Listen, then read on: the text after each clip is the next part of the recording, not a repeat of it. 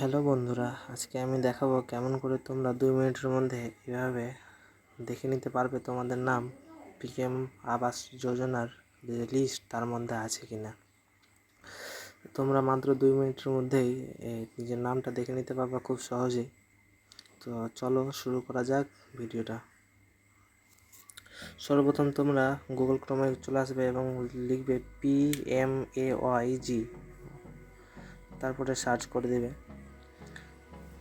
পরে এখান থেকে 2 নম্বর যে অপশানটা আছে প্রধানমন্ত্রী আবাস যোজনা গ্রামীণ, এই অপশানটাতে ক্লিক করবে এবং সরাসরি চলে যাবে যে অফিসিয়াল ওয়েবসাইট প্রধানমন্ত্রী আবাস যোজনা অফিসিয়াল ওয়েবসাইটে। এখানে গিয়ে তোমরা খুব সহজেই নিজের নামটা বের করে নিতে পারবে। এই 3টে যে দাগ আছে দাগটাতে ক্লিক করবে, এখানে লেখা আছে তারপরে আবাসন। তোমাদের সুবিধার্থে ভালো করে তীর দিয়ে বুঝিয়ে দিচ্ছি, এই আবাস সফটে তোমরা ক্লিক করবে। ক্লিক করার পর এখানে লেখা আছে রিপোর্ট, 2 নম্বর রিপোর্ট, এই রিপোর্টটাতে ক্লিক করে নেবে।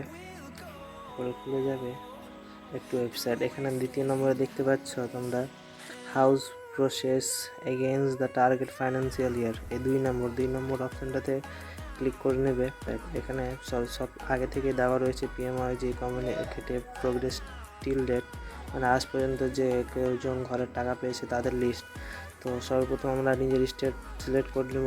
আমরা যেহেতু ওয়েস্ট বেঙ্গল বাস করি সেই জন্য ওয়েস্ট বেঙ্গল।